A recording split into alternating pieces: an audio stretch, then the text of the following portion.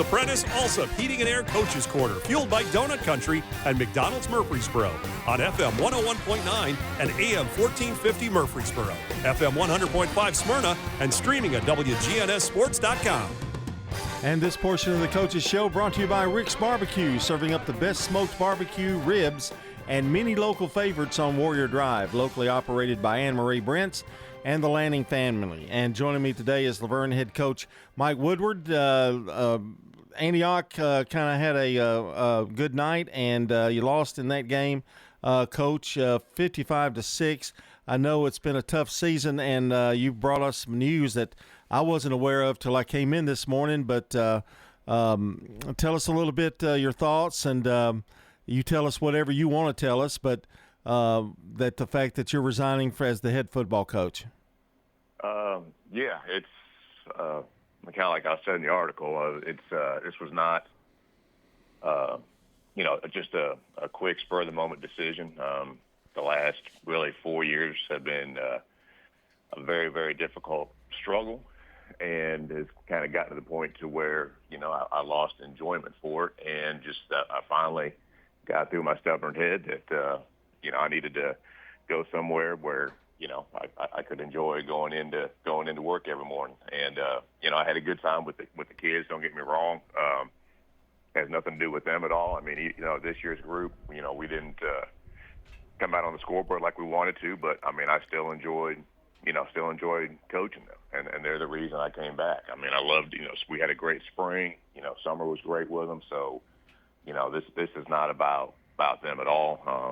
Like I said, it's about other factors to where, I decided it was time for me to focus on other things. Mike, there are so many things that go into, and I don't know that people really understand fully outside of school, but there's so many things that go in with a head football coach, and you've got not only wins and losses to worry about, but the field and taking care of it and upgrades and those kind of things, money, financial situations.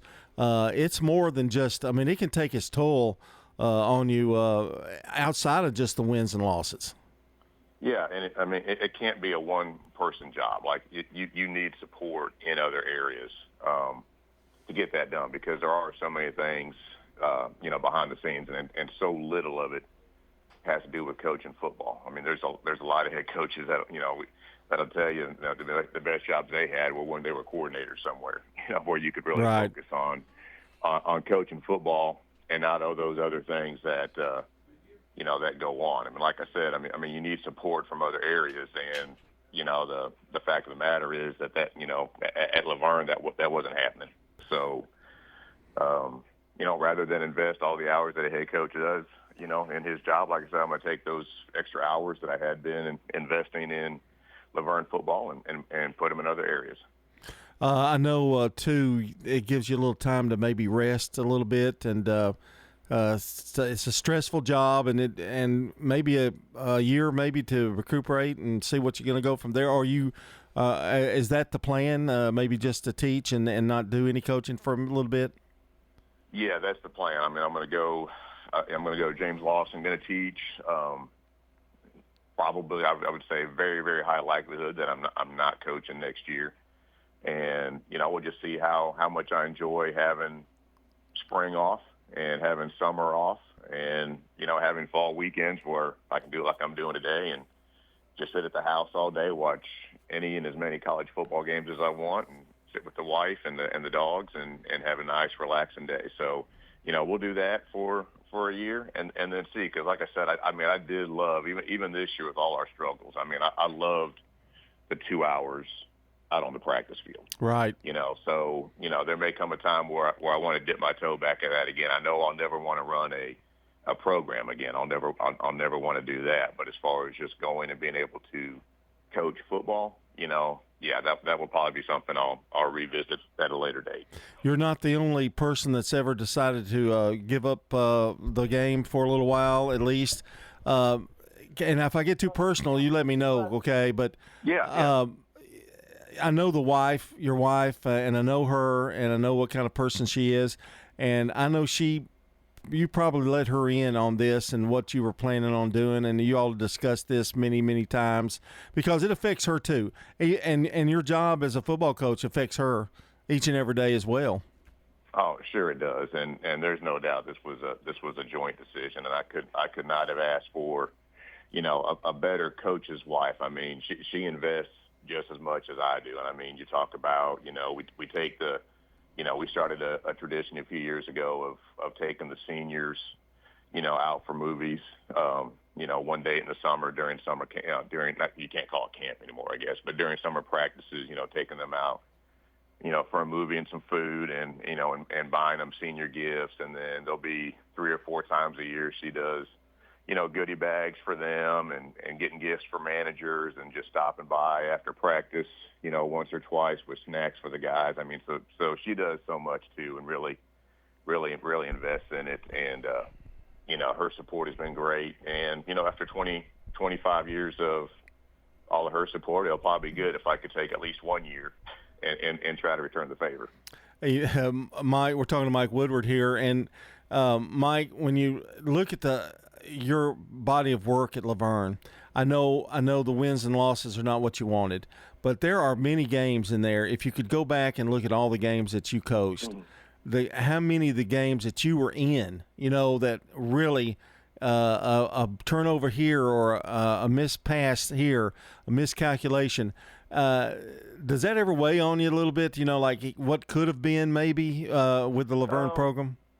Maybe a little bit, but that's not, to me, that's not what the disappointing thing is. I mean, to me, when I look back at it, my first year, we did something that had only been done one time in the previous 35 years of Laverne football. When we finished second in the region and were able to host a playoff game. And I didn't even realize, things had been that bad there. I mean, I don't think Laverne's ever won a region title. And, to think that over 38 years there's only been 2 times that they've even finished second to host a game. And we did that my first year. So I really felt like that was a great first step. And I thought, okay, now the community will get behind us. Now the middle school will get behind us and they'll start, sending kids to us and we can start building something here. And, for whatever reason, I mean, that didn't happen. So, to me, that was the frustrating part because I really thought people would jump on board after that first year. And, for whatever reason,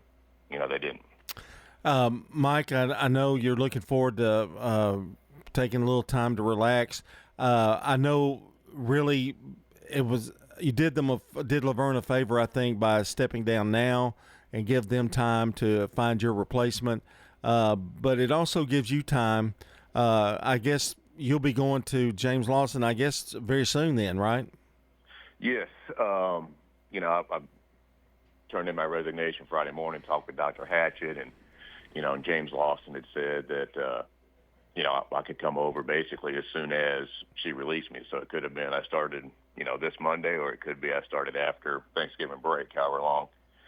She wanted to hold me, and she said she wanted to, keep me there for the 30 days. That's just the standard procedure, which is fine. I'm fine with that. So, I'll stay, in the weight room. I told the players, I said, I'm going to go ahead and I'll keep, making workouts up for you just like I would if I was the head coach. So you guys can keep lifting weights and start working towards, your off season and next season. So, I'll work with them there. And then once Thanksgiving break hits, then my time there will be, I guess, officially over.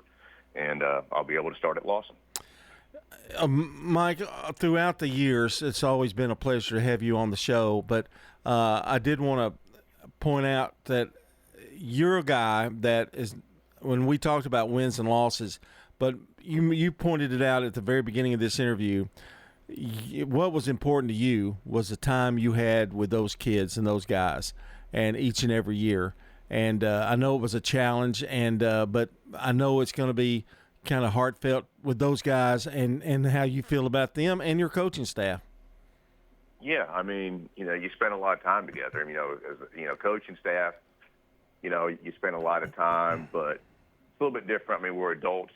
I mean, you have the life experiences. You've been through a lot of different things, so that's different. But, when you're dealing with teenagers and, as a coach, I mean, you're revolving your life around them. Like that, there's so many things, that I haven't done because of practices. Like I've got a nephew in Illinois who's a senior, and I watched him play football one time, because it's football. So I've always been down here, coaching, and just, just things you miss out on, or not going on vacation during dead period because you got to keep the game field up. You got to make sure the game field's getting mowed every so many days, and, keeping an eye on fertilization, irrigation, just all those things. So, just all those things you don't do because of, the football program. And then, with the kids, I mean, these are teenagers. I mean, you spend the time on the practice field, the time in the weight room, the time at the school building, just whatever, you spend a lot of time with them. And, in a lot of cases, not every case, but, in a lot of cases, build some pretty strong bonds. You were talking about that playoff run that you made, and that was during the COVID year, was it not? Yes, yeah, that was the COVID year. That was a crazy year for all of us. Yeah, where you spent, it seemed like half your practice time you were yelling at guys to stay an arm length apart. After every single play, you're saying, okay, spread apart. That was a crazy time. And when you look at in Laverne, it's going to take a community really to pull behind the football team, don't you think? And to get this program back to where it should be and needs to be. But it does take, like you said, it's not just one coach that can do it all. It takes everybody, doesn't it? It does. I mean, it takes like I said, with the community. I mean, it takes financial support just to keep a program up and running. And I mean, you look at our stadium, and we would have 7 or 8 sponsorship banners, where you go anywhere else around here and they've got 30 or 40. Yeah. So I mean, from a financial standpoint, that's tough. When you got like I said, when you look at your one main middle school and you've got 6 to 8 of the kids every single year, going somewhere else. I mean, that's tough. So, I mean, it's going to takes the commitment, and, it takes a commitment from the administration to recognize how important athletics are in a teenager's life, and being able to help in that aspect also. Well, Mike, this will be, I guess, this is so sad the way I'm going to end this, but, I mean, it's going to be the last time we'll get to talk. You're going to have to come up here and just, say hi or something to say our goodbyes. And I wish you all nothing but the best, and I know that year off that you're going to take is going to be so good for you mentally and physically.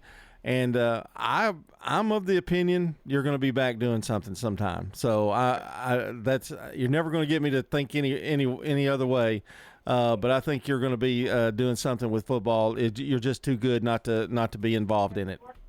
Well, I appreciate it, John, and I can't thank you guys enough for for what you do for all the county, athletic wise, but especially football wise, and me personally, and Laverne, just always being so positive, and the publicity you give us and our kids.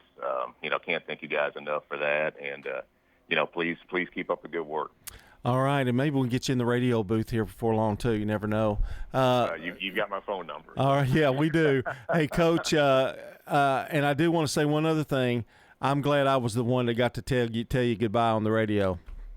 Well, thank you, John. I appreciate it. All right, that's Coach Mike Woodward, who will find new life at Metro, James Lawson, and we wish him all the luck in the world. When we come back, we'll be talking to Oakland football coach Kevin Creasy. This portion of the show brought to you by the Murfreesboro Special Census. Counting everyone means more state dollars to improve roads, parks, and services. Fill out the fast, easy, and secure form at murfreesborocensus.com. Here's your Little Caesar slices and sticks, half Italian cheese sticks, half pepperoni pizza. It's the world.